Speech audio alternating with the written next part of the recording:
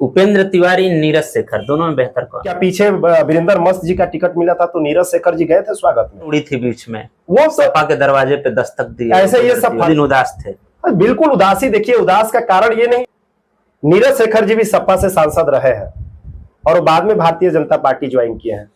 तो अगर मैं सपा के शासनकाल की बात करूं तो भी हमारे क्षेत्र में नहीं आया, आज भी नहीं आया। 5 वर्ष बीत गए, कभी सांसद जी सोहाव ब्लॉक के इधर नहीं आए।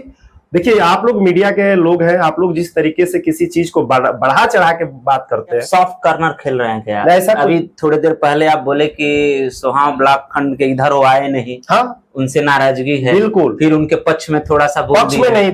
नमस्कार, मंच है प्राइम इंडिया समाचार का। आज के हमारे मेहमान नवाजी में हम लोगों के बीच उपलब्ध है, इनको आप कह सकते हैं social media sensation, social media क्रांतिकारी के रूप में ये लोगों के बीच में आए, अपना प्रभाव जमाए और इन्होंने शुरू में केंद्रीय सरकार को, राज्य की सरकार को अपना मोहरा बनाया।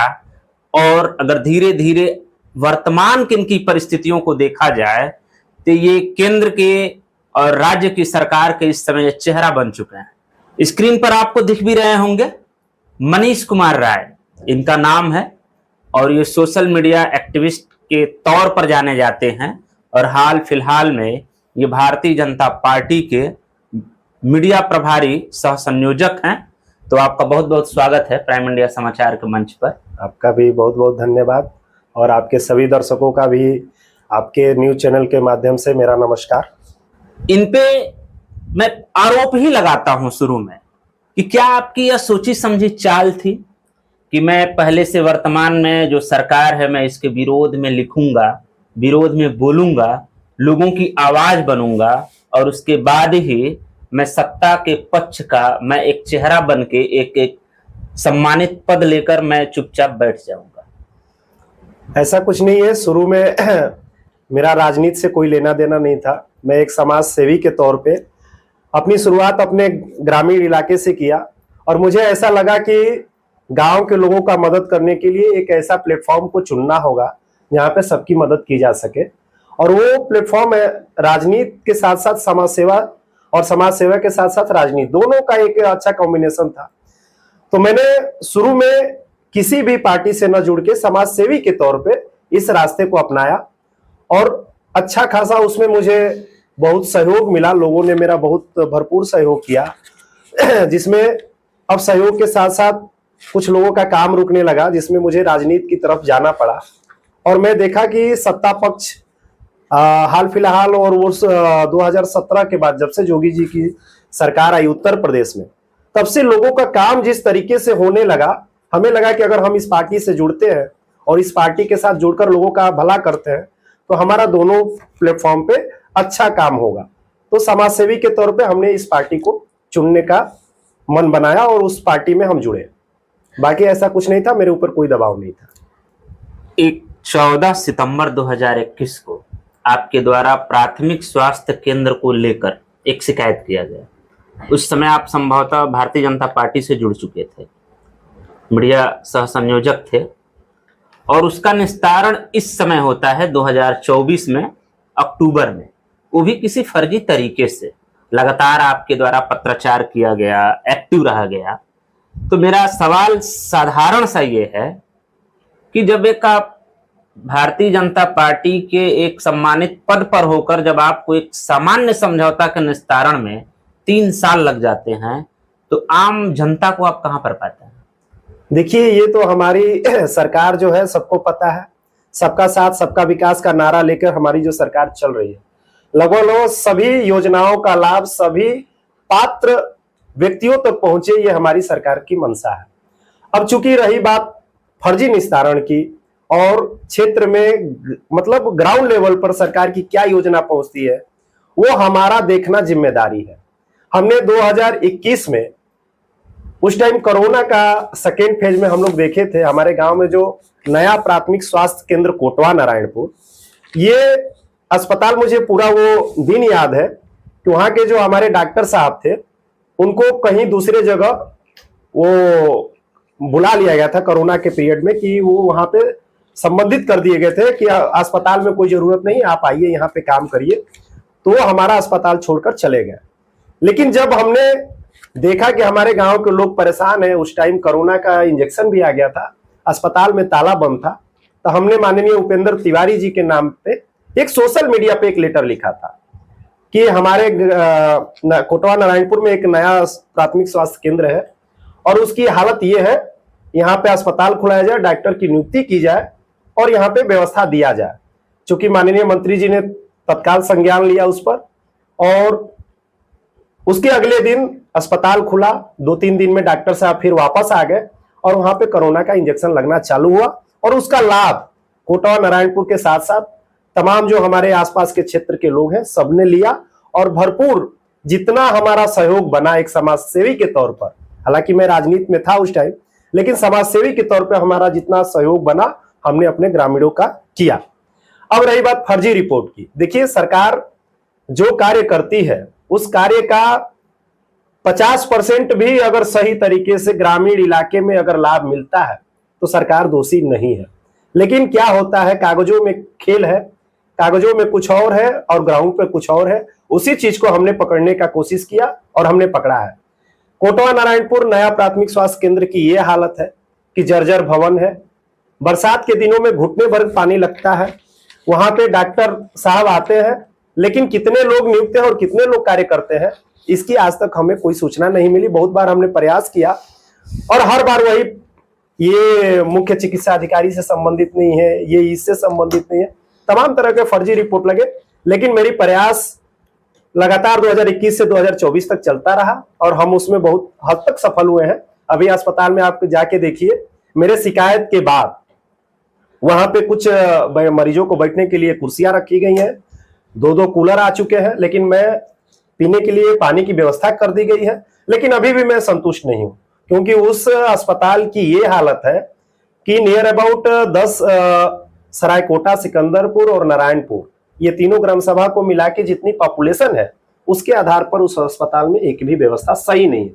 जबकि हमारी सरकार कहती है कि आप जो भी सुविधा है एक ग्रामीण इलाके को जो मिलना चाहिए आप वहां पहुंचाइए और उसका लाभ सबको मिले। लेकिन हम असंतुष्ट है उस व्यवस्था से, प्रयास जारी है, अभी हम कुर्सी और कूलर तक ही पहुंच पाए हैं, कोशिश रहेगा कि उसमें और व्यवस्था कराई जाए। बात पे थोड़ा गौर फरमाइएगा। भारतीय जनता पार्टी के ये सदस्य हैं, मीडिया संयोजक हैं और इनकी सरकार है, सेकेंड वर्जन सरकार चल रही है दोनों जगह और यहाँ पे तो तृतीय वर्जन है केंद्र में, और अस्पताल की हालत ये है और उन्हीं की पार्टी के एक सदस्य हैं जो कि चिंता व्यक्त अपना कर रहे हैं।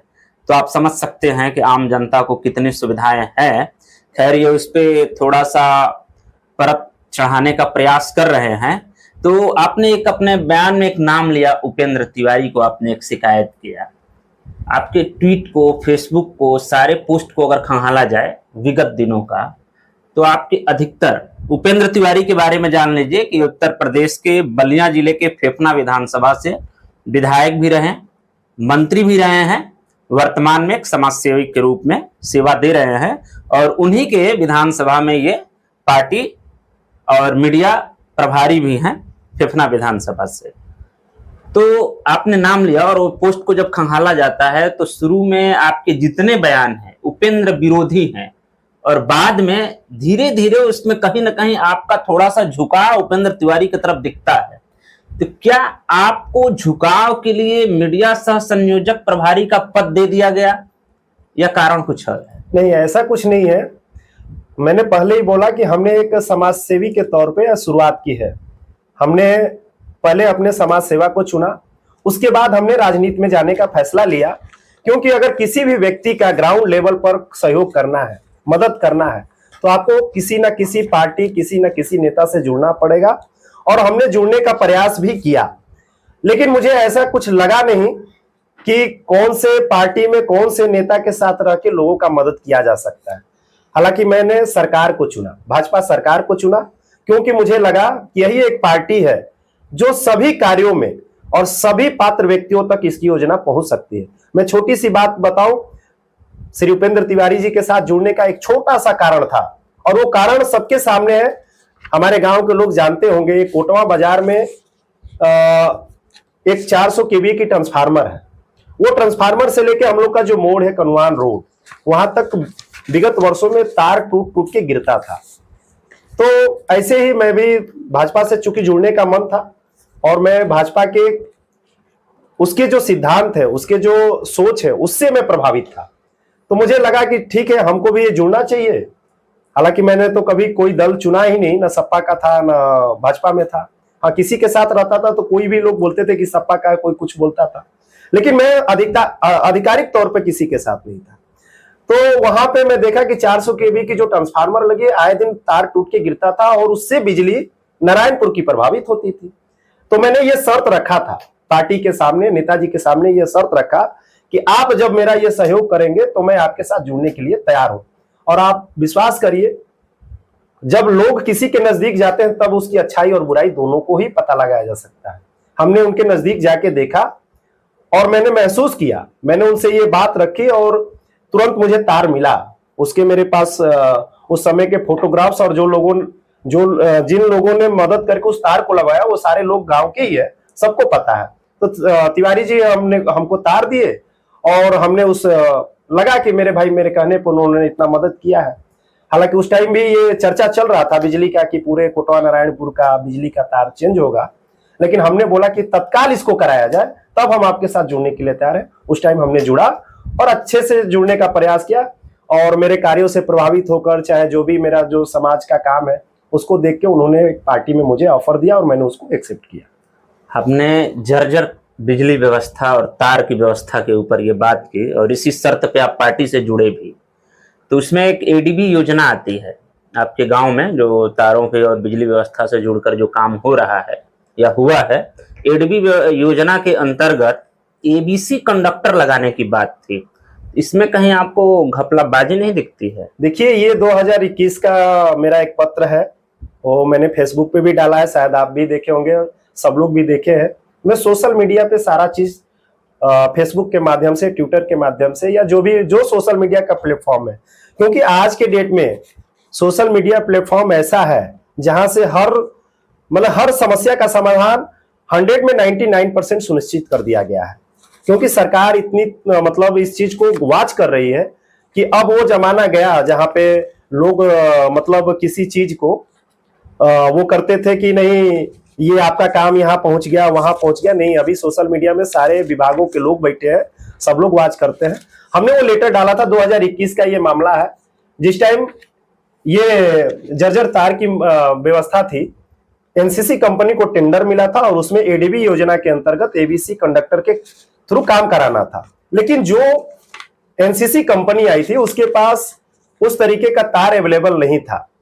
25 स्क्वायर mm, 50 स्क्वायर mm और 95 स्क्वायर mm के केबल उपलब्ध थे, जिसकी बदौलत वो काम नहीं हुआ नारायणपुर में। और आज वो स्थिति सेम वैसी कंडीशन में बना हुआ है, क्योंकि हमारे गांव में जो भौगोलिक स्थिति है, 250 केवी की ट्रांसफार्मर, 100 केवी की ट्रांसफार्मर, वहां पे क्या है 120 स्क्वायर mm की केबल ही सक्सेस है।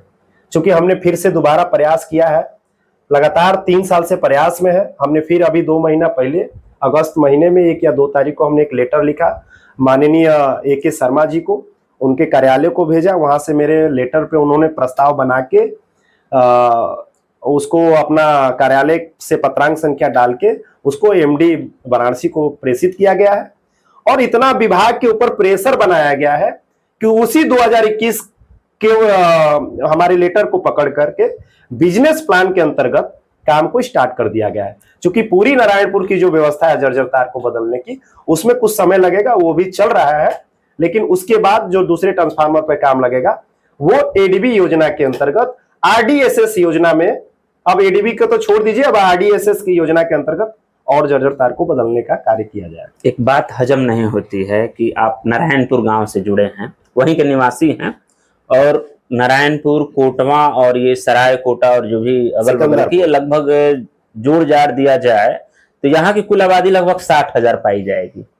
ठीक, उस गांव की एक मामूली समस्या बिजली, पानी, मकान, इसमें पहली समस्या हो गई बिजली।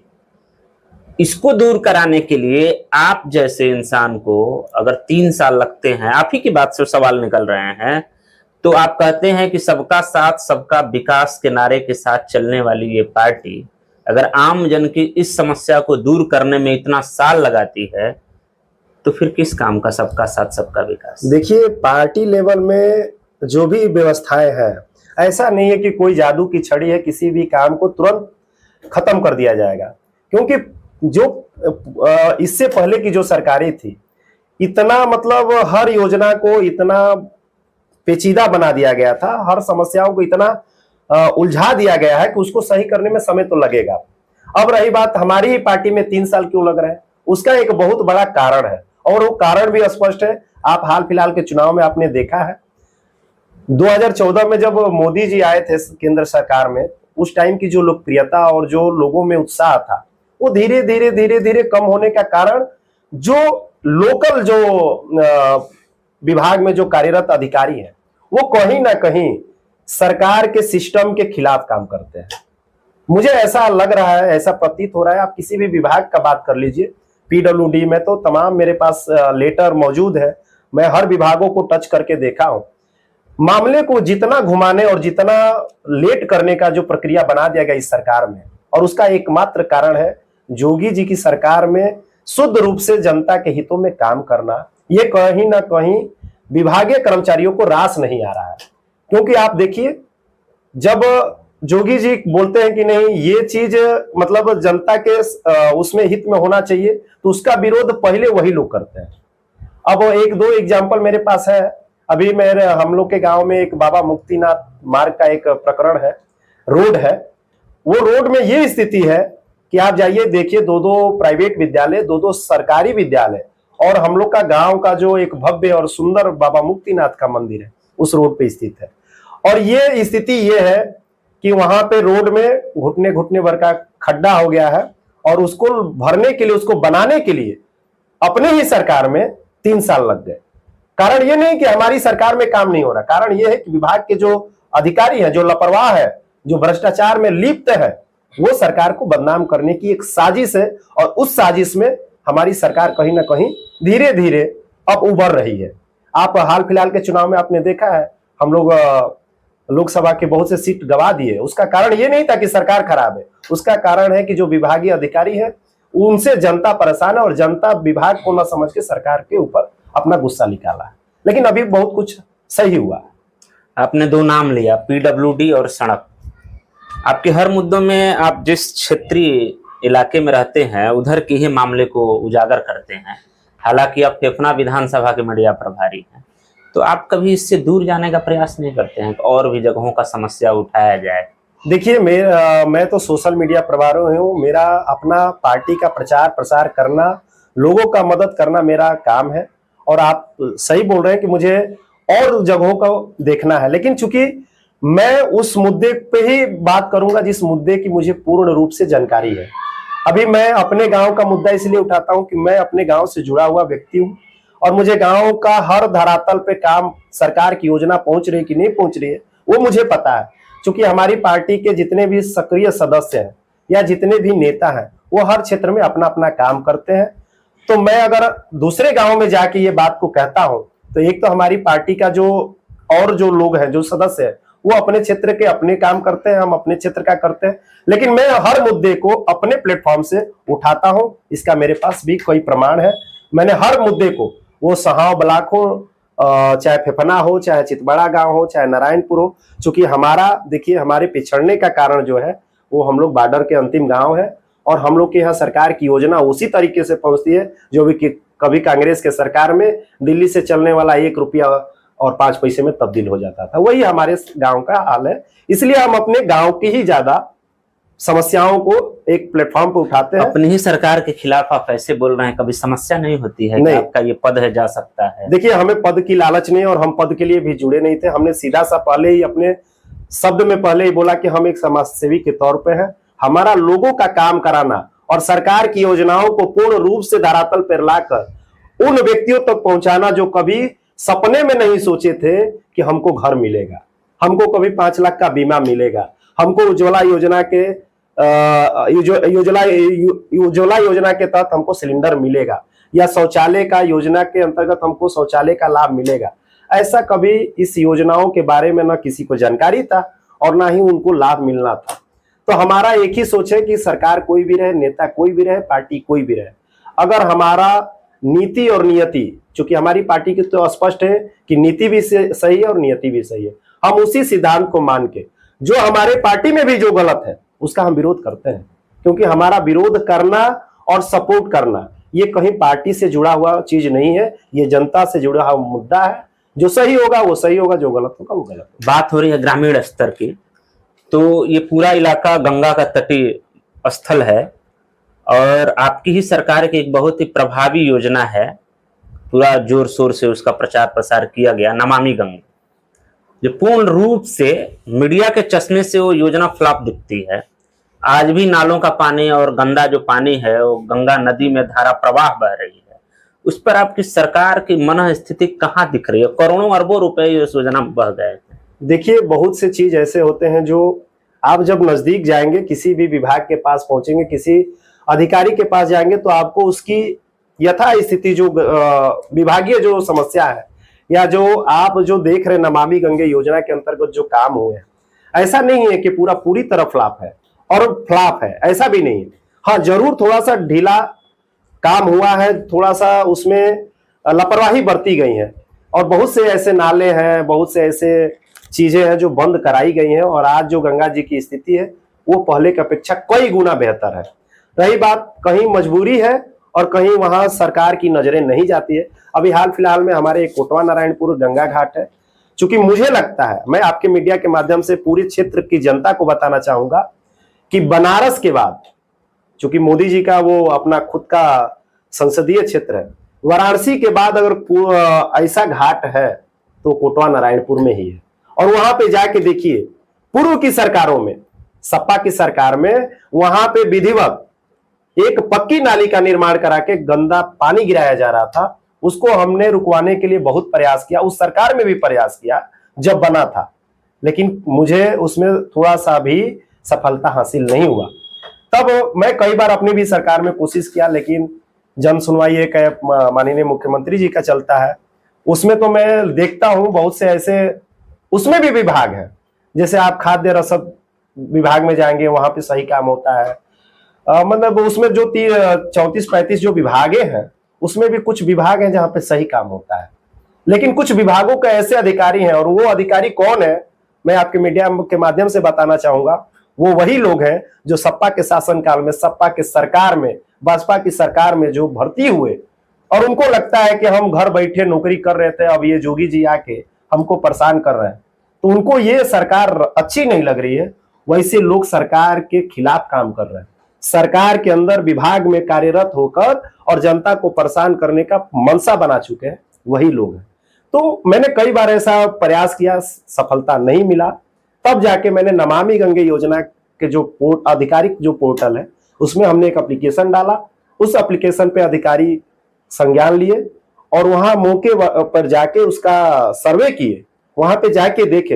हालांकि वो नाली अगर बरसात की पानी की तरह अगर लीक बना के जाती तो हमें तकलीफ नहीं था, लेकिन पक्की नाली का निर्माण करके माँ गंगा को दूषित किया जा रहा है और हमारे धर्म के, हमारे आस्था को चोटिल किया जा रहा है, उसमें हमें तकलीफ था। क्योंकि हमारा घाट, हमने आपको बताया, वाराणसी के बाद दूसरा ऐसा घाट है जो भव्य और सुंदर है, उसको रुकवाने का प्रयास किया और उस पर अभी काम चल रहा है, मौके पे काम लगा हुआ है।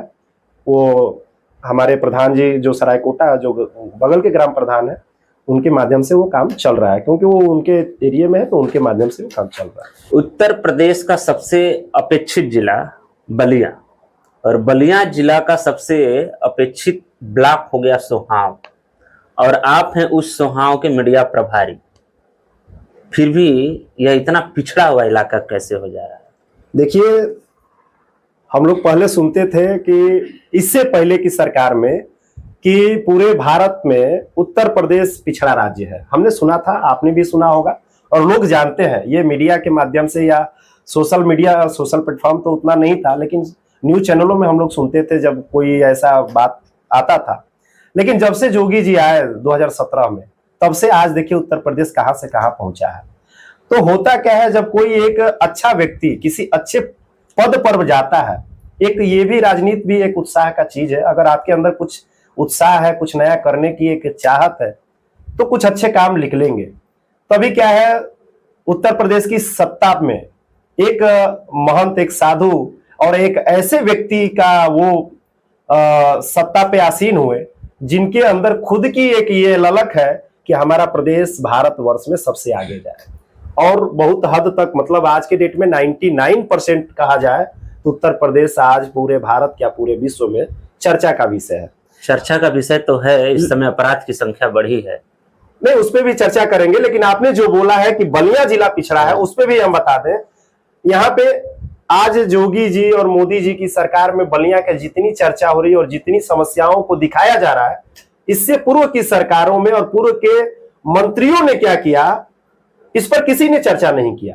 हालांकि आप कहीं बात करेंगे तो लोगों ने बोला कि हमने उनको हरा दिया, आपको लाया इसीलिए लाया कि अब कुछ अच्छा काम हो। तो उस किसी अच्छे काम को करने के लिए थोड़ा समय लगता है। मुझे पूरा विश्वास है कि इस सरकार में बलिया जिला का भी वो कुछ विकास होगा, कुछ नहीं बहुत विकास होगा, और बहुत विकास चल भी रहा है, दिख भी रहा है। अब रही बात सोहाव ब्लॉक की, हमने पहले भी बोला कि हम पार्टी के उन कार्यों पर सपोर्ट करते हैं जो जनता के हित में हो। हमने एक बार अपनी पार्टी की मीटिंग में ये बात बोला था।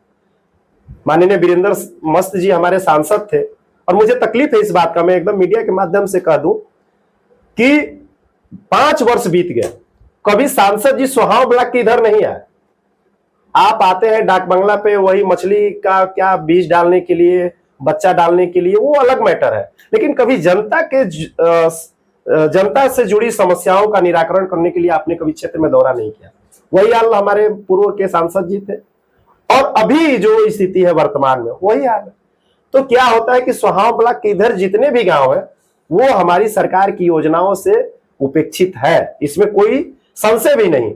लेकिन जो शुद्ध रूप से जो गवर्नमेंट ने सीधे सीधे आम पब्लिक को सरकार की योजनाओं से जोड़ रखा है, उसका लाभ सबको मिलता है। जैसे आवास योजना, उज्ज्वला योजना, शौचालय योजना, 5 लाख का बीमा, राशन, ये सब देखिए, ये क्या है, डायरेक्ट जनता से जुड़ी चीज है। उसमें सांसद विधायक का किसी का रोल नहीं है, क्योंकि ये लोग क्या पीडीए करते रहते हैं। मैं आपको एक चीज बता दूं, पीडीए की हालत ये है कि ये लोग जब इनकी सरकारें थी, आपको भी पता होगा, तो ये लोग एक बीपीएल सूची बना के घूमते थे, और वो बीपीएल सूची में उन लोगों का, चुनिंदा व्यक्तियों का नाम होता था जो कभी प्रधान के खास हुआ करते थे, या कभी उस सरकार के मंत्री या नेता के खास हुआ करते थे, और उसमें भी हर गांव की आबादी के हिसाब। हम लोग के शायद हम लोग के नारायणपुर ग्राम सभा में उस टाइम, मुझे याद है, अब वो पूरा आंकड़ा मुझे मालूम नहीं होगा, लेकिन ऐसा ही 282 की 283 लोग उस सूची में हुआ करते थे। और उस सूची में उस टाइम इंदिरा आवास चलता था, तो अल्पसंख्यक कोटा एक अलग हो जाता था, बीपीएल सूची अलग हो जाती थी, तो गिने चुने उसी 282 लोगों को लाभ मिलता था। अब क्या हुई, जब 2014 के बाद जब हमारी सरकार आई, भाजपा की केंद्र में सरकार आई, तब वो सूची बंद कर दिया गया। और उस सूची के बंद होने के बाद आप कोई भी जाति रहिए, कोई भी धर्म के लोग रहिए, किसी भी संप्रदाय से जुड़े रहिए, कोई मतलब नहीं है। सबका साथ सबका विकास तभी चरितार्थ हुआ जब ये सूची बंद हुई। क्योंकि उस टाइम, मैं बता रहा हूं, एकदम खुले मन से बताना चाहता हूं कि उस टाइम 282 मतलब 282 का ही लाभ होता था। वो पेंशन आएगा तो उसी में से देना, घर आए तो उसी में से देना, कुछ भी योजना है तो उसी में से देना था। अब ऐसा नहीं है। आज के डेट में जनरल कोटा को भी सिलेंडर मिलता है जो पात्र है, राशन उनको भी मिलता है, घर उनको भी मिलता है, मुसलमान को भी मिलता है, यादव जी को भी मिलता है, राजपूत जी को भी मिलता है, जो भी जितनी भी बिरादरियां हैं। ऐसा कोई भी एक व्यक्ति हमको खड़ा कर दीजिए कि उसको सरकार की योजना का लाभ नहीं मिला, एक व्यक्ति नहीं मिलेगा। लोग बोलते हैं कि उन सरकारों में इनको लाभ मिलता था, इस सरकार में किसी को लाभ नहीं, ये सब गलत बात है। इस पर और विस्तार से हम लोग मिलेंगे, बात करने के लिए बहुत कुछ है, लेकिन फ्रेम में जगह थोड़ी सी कम है। लेकिन फिर भी माहौल को थोड़ा सा हल्का करते हैं, और इन्हीं की बात से हम एक बात निकालते हैं कि उपेंद्र तिवारी, नीरज शेखर, दोनों में बेहतर कौन है आप ही की पार्टी के अंदर? देखिए, दोनों हमारे नेता हैं और दोनों लोग अच्छे हैं, बशर्ते काम करने का तरीका एक अलग है, दायरा दोनों का अलग है। माननीय उपेंद्र तिवारी जी एक क्षेत्र के विधायक है, फेफना विधानसभा के विधायक थे, और आपने जब ये चर्चा किया तो मैं आपको थोड़ा सा पूर्व की राजनीति में भी लेके जाऊंगा। नीरज शेखर जी भी सपा से सांसद रहे हैं और बाद में भारतीय जनता पार्टी ज्वाइन किए हैं। तो अगर मैं सपा के शासनकाल की बात करूं तो भी हमारे क्षेत्र में नहीं आए। आज भी नहीं आज भी नहीं आ रहे हैं। उपेंद्र तिवारी जी का क्या एक दायरा है, फेफना विधानसभा के वो नेता है। जब मंत्री थे तो फेफना विधानसभा में जितना समय दिए उतना और क्षेत्रों में भी समय दिए, और उसके बावजूद भी हर गांव के एक एक कार्यकर्ता को पहचान जाना उनकी एक अपनी एक अलग वो है। इतनी नाराजगी क्यों है उनसे? देखिए, नाराजगी भी नहीं है, ये सब समीकरण के चुनाव है, जीत हार लगी रहती है, और नाराजगी किसी का नहीं है। कभी क्या होता है, अगर बहुत दिन तक आप सत्ता शासन में रहेंगे तो कुछ 2-4 लोग नाराज जरूर होंगे, और वही नाराजगी का कारण था कि कुछ लोग उसको मंत्री जी के खिलाफ ऐसी प्रचार किए। आप जाके देखिए कितना काम हुआ है। पीछे पूर्व की सपा सरकार में जो विधायक मंत्री रहे, राजस्व मंत्री हुआ करते थे, उनके कार्यकाल का और उपेंद्र तिवारी जी का 5 साल का कार्यकाल उठा लीजिए, जितना विकास हुआ है वो एकदम पैमाने पे दिखेगा कि किसका। एक इंटरनल बात है कि उपेंद्र तिवारी जी लोकसभा चुनाव के टिकट के लिए इच्छुक थे? बिल्कुल नहीं मिलने से कुछ नहीं, उदासी? नहीं, ऐसा कुछ भी नहीं उदासी। देखिए, आप लोग मीडिया के लोग हैं, आप लोग जिस तरीके से किसी चीज को बढ़ा चढ़ा के बात करते हैं, ये चीजें संकेत आप ही लोग देते हैं। नहीं, ठीक है, उस टाइम भी ये चीजें आई थी कि ये फला व्यक्ति नाराज है, फला व्यक्ति खुश है, फला व्यक्ति, ऐसी कुछ नहीं है। वो टिकट के रेस में थे, टिकट का हर आदमी को, आपको भी, आप ये आज एक चैनल में है, कल टीवी चैनल में जाएंगे, आपको भी अपने प्रमोशन की जरूरत होती है। तो सब लोग राजनीति में भी है, तो लोग भी सोचते हैं चलो अब हम थोड़ा और आगे का प्रयास करें। उन्होंने प्रयास किया, टिकट नहीं मिला, पूर्ण रूप से उन्होंने माननीय नीरज शेखर जी का सहयोग भी किया है। कुछ दिन उदास थे? बिल्कुल उदासी। देखिए, उदास का कारण ये नहीं है कि उनसे नाराज थे, होता है एक प्रयास किया, आदमी नहीं मिला, फिर साथ में दोनों लोग घूम के दोनों पार्टी के सदस्य, खबर उड़ी थी बीच में, वो सपा के दरवाजे पे दस्तक दी। ऐसे ये सब फर्जी न्यूज है, और फर्जी न्यूज का कारण भी है। देखिए, लोग क्या है, कैसे भी चुनाव को वो करना है, मतलब क्या बोलते हैं, एक माहौल ऐसे क्रिएट करना है। हमने एक पोस्ट पढ़ा था आपके ही पत्रकार बंधु का, उन्हें उसमें एकदम स्पष्ट उन्होंने फेसबुक पे लिखा था कि नीरज शेखर जी के स्वागत में नहीं दिखे भूमिहार नेता। अब आपसे ही वो सवाल मैं पूछ देता हूं कि वो जो व्यक्ति लिखे थे, ऐसा नहीं लिखे कि फला व्यक्ति के स्वागत में नहीं दिखे वीरेंद्र सिंह मस्त। ये कभी होता है क्या? पीछे वीरेंद्र मस्त जी का टिकट मिला था तो नीरज शेखर जी गए थे स्वागत में? नहीं गए। वीरेंद्र सिंह मस्त का तो ये खैर क्षेत्र ही नहीं था, उनको तो जबरदस्ती थोप दिया। ऐसा नहीं है, वो पार्टी का निर्णय है, पार्टी जिसको टिकट देगी वो अपना राजनीति करता है और वो अपना क्षेत्र बनाता है, उस क्षेत्र में वो कार्य करता है। हम तो मानते हैं वीरेंद्र मस्त जी ने जितना काम किया बलिया लोकसभा के लिए उतना किसी ने नहीं किया। और नाराजगी भी है, नाराजगी इसलिए है कि सिर्फ हवाई बातें करने से नहीं होगा। जनता में बहुत सी चीजें, अभी देखिए आवास योजना चलता है। ये आप सॉफ्ट कॉर्नर खेल रहे हैं क्या? ऐसा अभी थोड़ी देर पहले आप बोले कि सोहाव ब्लॉक खंड के इधर वो आए नहीं, हाँ, उनसे नाराजगी है। बिल्कुल। फिर उनके पक्ष में थोड़ा सा पक्ष में नहीं, देखिए जो सच, हाँ वो सही काम हमने, फिर हवाई कर नहीं, हमने जो बोला वही चीज बोलूंगा कि जो काम अच्छा है उसको बोलूंगा कि उन्होंने अच्छा काम किया, लेकिन सोहाव के इधर कुछ नहीं हुआ। अच्छा, वो अच्छा कैसे हो सकता है ये बताइए तो? किसी नेता के लिए उसका जो वोटर है, मतदाता है, उसके एक संतान की तरह है। तो 10 संतानों को भरपेट खाना खिलाए और 5 संतानों को कुछ भी न दे, वो अच्छा कैसे हो सकता है? देखिए, बलिया लोकसभा कोई छोटा लोकसभा नहीं है, बहुत बड़ी लोकसभा है, और हर आदमी को खुश करना किसी भी नेता का वो उसमें नहीं है कि नहीं वो सबको खुश कर लेगा, लेकिन क्षेत्र में सबको दौरा करना चाहिए, घूमना चाहिए, दुख सुख में सम्मिलित होना चाहिए। उनका एक माइनस पॉइंट हर पार्टी के नेताओं की कमी है, वो लोग हर क्षेत्र में नहीं, मैं एकदम पूरे दावे के साथ कहता हूं कि हमने जुड़ के देखा है। ऐसा लोग तो ठीक है, हम किसी की बड़ाई बुराई नहीं कर सकते। ये एक ऐसा प्लेटफॉर्म है जहां किसी को अच्छा कह देना और किसी को पूरा बुरा कह देना ये भी सही नहीं है। लेकिन जो उपेंद्र तिवारी जी का जो सिस्टम है और जो क्षेत्र में उनका घूमने का तरीका है, वो किसी भी दल और हमारी ही दल में भी किसी भी नेता के बस का नहीं है। उपेंद्र तिवारी को इस समय सोशल मीडिया का नेता कहा जा रहा है।